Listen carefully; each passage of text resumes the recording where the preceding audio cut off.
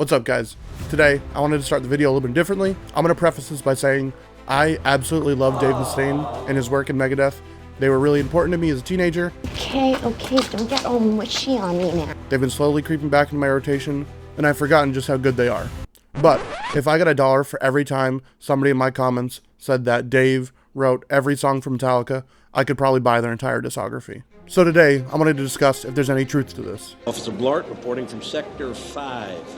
Dave Mustaine is a brilliant guitarist, and he definitely had a role in shaping Metallica's early sound. But how much of their success in songwriting truly rests on his shoulders?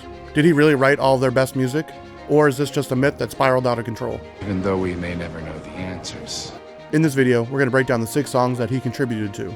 We're going to explore his actual role in contributing to these tracks, whether his influence extends beyond the credits that he's been given, and explore why so many fans think he wrote all of Metallica's music even 40 years later.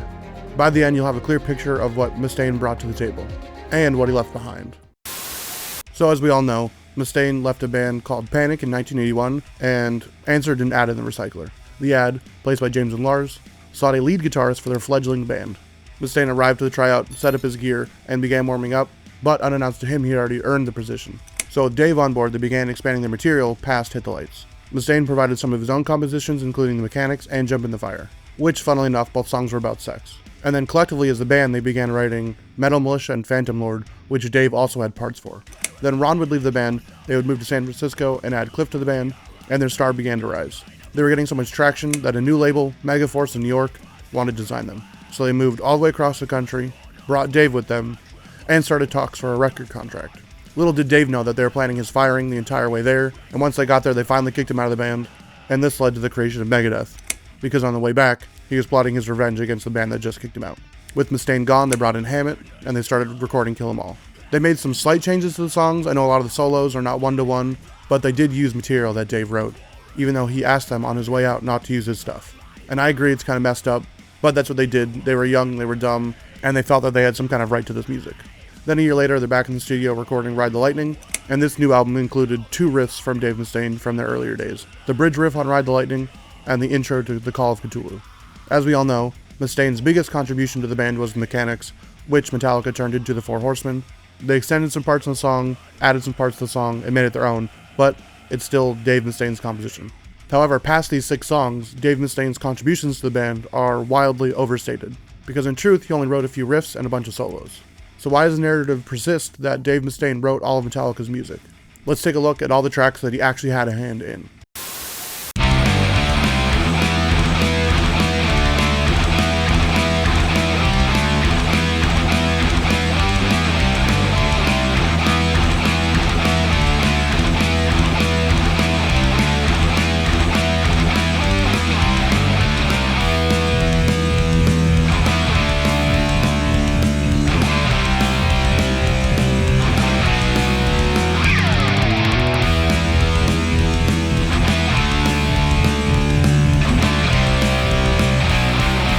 The Four Horsemen originally started out as The Mechanics, is Dave Mustaine's biggest contribution to Metallica, and he previously used it in his other band Panic. As far as I can tell, he wrote all the instrumental parts for the music, and all the lyrics until James Hetfield changed them, and from what I've seen online, there's a consensus that he wrote the 2 parts that Metallica added in, that second bridge part.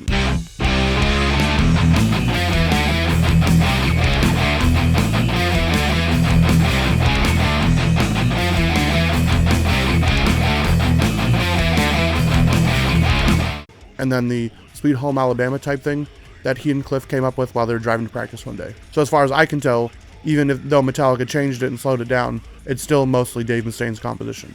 And going back to my video on this song specifically, I didn't realize how much Dave contributed to the song. Even the parts that I thought Metallica added in were influenced by Dave. So I misrepresented how much he actually added to the song. And this is the one track that I think he deserves the most credit for. The song remains a testament to how much influence Dave had on Kill 'Em All. While Metallica transformed it into something uniquely their own, there's no denying that at its core, The Four Horsemen is a Mustaine composition. As I've said before, this is my favorite track on Kill 'Em All because it perfectly showcases Metallica's vision and Mustaine's influence on their music in those early days. Another pre-Metallica track that Dave Mustaine brought to the band was Jump in the Fire.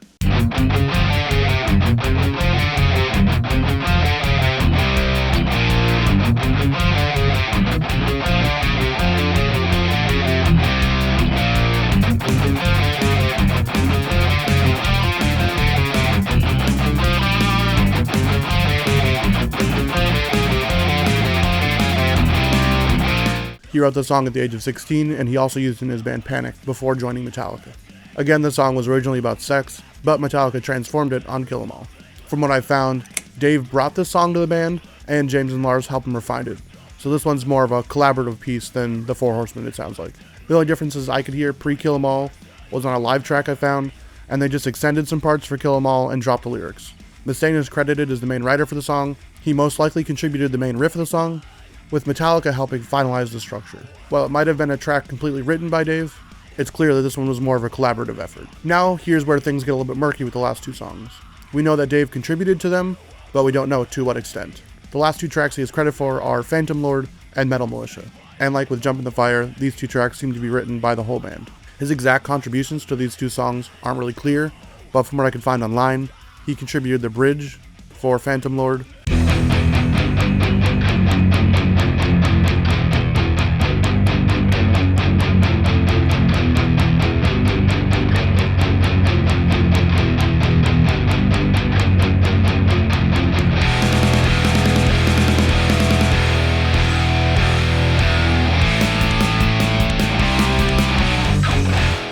and possibly the intro for Metal Militia. Regardless of what parts he wrote for the song, like I said, it seems like these two songs were written by the entire band, and not just parts from Dave Mustaine. Lastly, he wrote a lot of the solos for Kill 'Em All that he didn't get credit for. While it's pretty clear that he wrote riffs for Kill 'Em All, it's a little bit trickier to figure out what parts Kirk kept and what parts he wrote to better fit his own style. And I could be wrong, but I don't think they're exactly the way that Dave Mustaine played them. They feel more inspired by Dave's compositions, but still Kirk's own solos. So I could be entirely wrong on it, but I think Kirk did his own work. And I'm of two minds here. I think Mustaine does maybe earn some credit for writing the solos on the album, because Kirk used them as inspiration, but Hammett did write some of his own pieces, places that they didn't have solos before. So I think they deserve joint credit on all the songs. But that's not how Metallica saw it. Or maybe they just wanted to protect themselves legally. Regardless, you can definitely hear his influence on each of the solos on Kill 'Em All. Now let's talk about the post-Mustaine era, where Metallica is beginning to find their own voice and make significant strides as songwriters. I've actually covered Ride Lightning in a previous video, and as I said in that one, I think this is Metallica's real debut. They didn't have any more Mustaine compositions to rely on, so they were finally able to showcase in full their songwriting and music philosophy. Even though Dave was out of the band at this point, he still gets writing credits on two tracks: the self-titled track, Ride the Lightning, and The Call of Cthulhu. The technique I'm going to show you next is probably the most popular was from my previous band, and I can't remember what the name of the song was that they call it, but it was...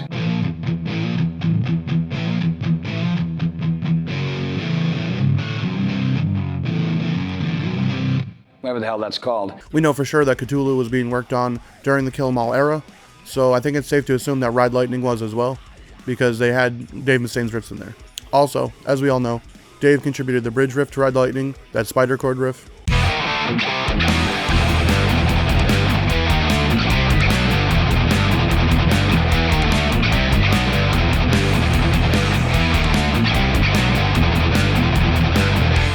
And there's not much consensus on how much he contributed to the Call of Cthulhu, but we know at least the intro part. And the rest of the song seems to be a collaborative effort, just like the Kill 'Em All stuff. Besides those two parts, he had no influence whatsoever on Ride Lightning. Lastly, there's some debate about a song on Master of Puppets. He seems to think, and a lot of people believe him, that he contributed to the bridge in Leper Messiah.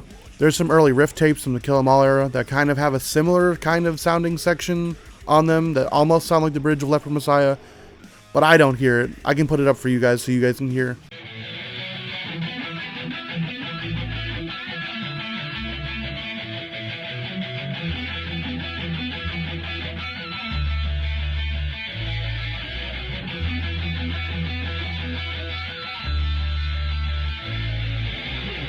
I don't hear it at all. It doesn't sound that much like Leper Messiah, so I'm not going to give him credit for this one, and obviously the band didn't either. What is made clear by the band is that he contributed to 6 songs. One he wrote almost entirely by himself, one he co-wrote with Metallica, and 4 others that include some of his riffs. Along with all the solos he contributed to Kill 'Em All. But he contributed nothing after Ride Lightning for sure. No riffs on Master or Justice or any album after that. So why do people think that Mustaine had such an impact on Metallica's sound? Well, part of it is because Dave wants everyone to think he did. Dave has spoken often about his contributions to Metallica, claiming he influenced their sound and influenced tracks he had no part in. This narrative has sparked endless debate, especially since Dave has repeatedly revisited this topic himself, sometimes unprovoked, feeling a mix of sympathy and frustration from the fans. I can understand why he wants the recognition. He did have a part in the early history of the band, but his perspective might be skewed by time, his own personality, and a lot of the drugs that he was doing at the time. Historically, I believe that Metallica credited Dave Mustaine where it was necessary. He received writing credits and royalties for 6 tracks. While Dave argues that he deserved credits for the solos he wrote, especially like on Metal Militia, where Kirk is getting all of the royalties for that song and not Dave, I think they gave him as much credit as he deserved. Maybe that was out of feeling sorry for him, or maybe that was because of legal prudence on their part. What I think adds some clarity to what Dave actually wrote for Metallica is how much he repurposed for his own band Megadeth. The mechanics remained intact as he wrote it on Killing Is My Business, while we can still hear fragments of Phantom Lord, Ride the Lightning, and Call of Cthulhu on Megadeth's work, in songs like This Was My Life, Hangar 18, and Wake Up Dead. While this doesn't definitively prove he didn't write more material from Metallica, it's an interesting point to consider. He's clearly no stranger to reclaiming his riffs. In my opinion, if he had written additional material for Metallica, 2 things seem likely. 1, he would have received credit for it, and 2, he would have reclaimed those riffs for his own work by now. However, we also know he didn't reuse riffs from songs like Metal Militia or Jump in the Fire. Perhaps that's because these songs were already synonymous with Metallica, or maybe he simply didn't like them anymore. But I just think it's interesting food for thought. And this mystery behind everything keeps this debate alive. Fans like to speculate endlessly, what if Dave actually never left Metallica? What would they sound like? While his talent is undeniable, Metallica's evolution beyond those early days demonstrates their collective strength. Meanwhile, Dave's later work with Megadeth showcases his own unique style, delivering technical brilliance and iconic solos. Ultimately, these debates reflect the fascination with what could have been. Metallica and Megadeth's legacies remain distinct, yet intertwined, and that tension is part of what makes the story so compelling. No matter how many technical masterpieces Dave Mustaine has created, or how many credible songs he's written, his legacy has always fallen short of Metallica. Take Master of Puppets, often hailed as one of the greatest, if not the greatest metal album of all time. Mustaine had no hand in its creation, besides that little contested part, and maybe that ate away at him, so that's why he wanted a little bit of credit for at least a part of that amazing album. That album was a product of James and Lars working together, and contributions from all 4 members of the band, showcasing the peak of what Metallica aimed to achieve in those early days. The album's success cemented them as metal legends. Even after tragedy struck, they pushed forward with And Justice for All, their most intricate work to date. From there, they released the Black Album, which is the best-selling metal album of all time, and this was a milestone Dave Mustaine could never match, no matter how hard he tried. Metallica's combination of collaborative creativity and Lars' business savvy propelled them to heights that metal bands have never seen before, becoming the greatest metal band to ever exist in just 5 albums. Meanwhile, Mustaine couldn't escape the shadow of his former band. While Metallica basked in their fame, he struggled to outdo their success. Even his biggest album, Rust in Peace, was overshadowed by the eventual release of the Black Album. And don't get me wrong, I think Rust in Peace is one of the most important metal albums of all time, and it's one of my favorite albums of all time. But Metallica still outdid him there. The key difference lay in their dynamics. Metallica thrived on a shared vision and teamwork, while Megadeth often felt like a 2-man show, with a revolving lineup of talented musicians who either left or were replaced. In the end, Megadeth has always played second fiddle to Metallica, a reality that has clearly frustrated Mustaine. Despite his undeniable contributions to metal, he spent decades seeking the recognition that he thinks he deserves. As a teenager, Megadeth was one of my favorite bands, and shaped my love for metal. While they were always second to Metallica, they were still really important in my formative years as a guitar player. That was until my 20s, where I drifted away from the early bands that I loved and fell in love with metalcore. But now in my late 20s and early 30s, I'm revisiting a lot of that music I loved as a teenager. Dave Mustaine's skill as a guitarist is undeniable. He can outplay most of the musicians that we admire today. His role in the early days of Metallica and the thrash scene are pivotal. Being kicked out of such a legendary band must have been devastating. Even now, 43 years later, you can still sense the lingering emotions he has about being kicked out of Metallica, often shifting between anger and sadness when he talks about them. We'll never know exactly how much Dave Mustaine contributed to Metallica's early music. Based on the evidence we have, I tend to believe that it was the 6 songs that he was credited for. He used 4 of his contributions to Metallica later in Megadeth, and the other 2 he didn't touch. So I still think that's evidence enough that that was all he added to Metallica's sound. He's an incredible writer, but his style differs from James, Lars, Kirk, Cliff, and later Trujillo and Newsted. Every guitarist has a unique voice, and it's really hard to replicate someone's sound without sounding derivative. But here's the thing. Dave Mustaine doesn't need his contributions to Metallica to validate his legacy. What he's achieved with Megadeth stands on its own. He's built up his own band through sheer determination and talent, carving a place beside Metallica in metal history. So no matter how many songs you think he wrote for Metallica, Dave's legacy is secure. And as I said a few times during this video, it's all speculation, but I do think he only wrote 6 songs for Metallica. So if you made it this far, thank you for watching. I hope you enjoyed the video. If you enjoyed this video, I want you to check this one out right here. It is on Megadeth's Pete Sells, an album I've recently fallen in love with again. I took a look at the history behind the album, the guitar work behind the album, the riffs behind the album, and my final thoughts on the album. So if you enjoyed this stuff, I think you might enjoy that one. I'll see you in the next video. Peace.